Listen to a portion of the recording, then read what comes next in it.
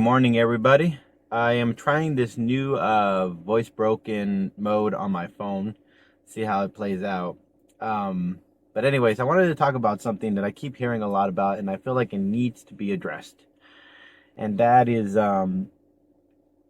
it's Trump's, trying to persuade people or telling people that voting by mail is a bad idea. And now, if you guys aren't aware, he's saying, well, he's been complaining or arguing that the reason why we shouldn't do it by mail is because there's going to be voter theft and all that stuff.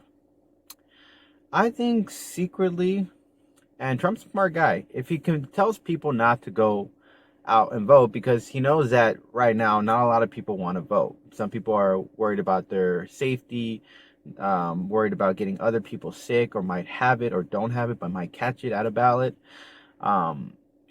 So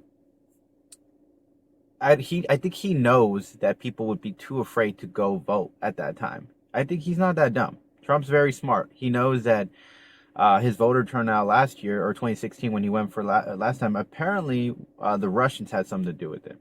Or at least that's the speculation. I really don't know. But this time there is probably not going to be any tampering, which means that Trump has to win fairly. And the only way he's going to win is if voter turnout is less. Because Republican, conservative people who are Trump supporters, they come in mass numbers. They produce a lot of children and they grow up. And eventually they become people who are not so very informed. But the only one thing they know for certain is that American patriotism, which is you got to vote. So with these people coming in numbers, of course, Trump has the upper advantage to win this. Because everyone's hesitant. The ones with more aware of things, they're contemplating it. They're still contemplating Biden because Biden hasn't really shown anything to persuade them. So I will say that, if it does turn out that we have to do it in person, Trump's going to win. There's no doubt in my mind, because there's too many people who are worried about their safety. And the diehard Trump supporters who can argue everything, I'm telling the people who are ignorance is bliss in that type of scenario. Obviously, you're gonna go vote, even if it means you're gonna get sick, because you don't care. You don't think it's a big deal. Trump's made it not a big deal, so you didn't make it a big deal.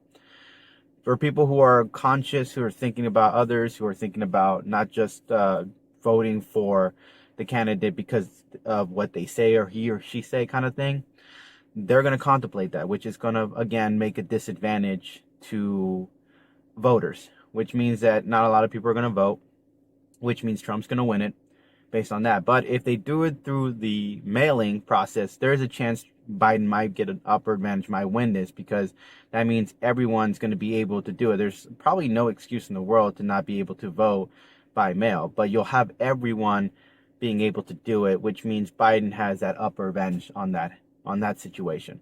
So it's anyone's game, but if it goes by mail, my guess is Biden wins it. If it goes by in person, my guess is Trump wins it. But yeah, you never really know. On your ballots, if you get the unsolicited ballots, send it in and then go make sure it counted. And if it doesn't tabulate, you vote. You just vote. And then if they tabulate it very late, which they shouldn't be doing, they'll see you voted, and so it won't count. So send it in early, and then go and vote. And if it's not tabulated, you vote, and the vote is going to count. You can't let them take your vote away. These people are playing dirty politics. Dirty politics. So if you have an absentee ballot, or as I call it, a solicited ballot, you send it in. But I would check it in any event. I would go and follow it and go vote.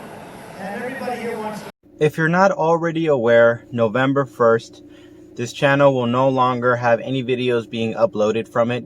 So we will be saying goodbye, farewell to Gather to Society. It was a great blast. But now we're moving our new home to a new channel called the No Pressure channel. It's going to be called No Pressure. That's all you got to do. Type in No Pressure and you'll be able to find it. November 1st, 2020, baby. That's when we're going to have our first episode. Really excited. Please subscribe, share. Not asking for any donations. All we're asking for you guys to do is support the channel. Really appreciate it. Catch you guys later.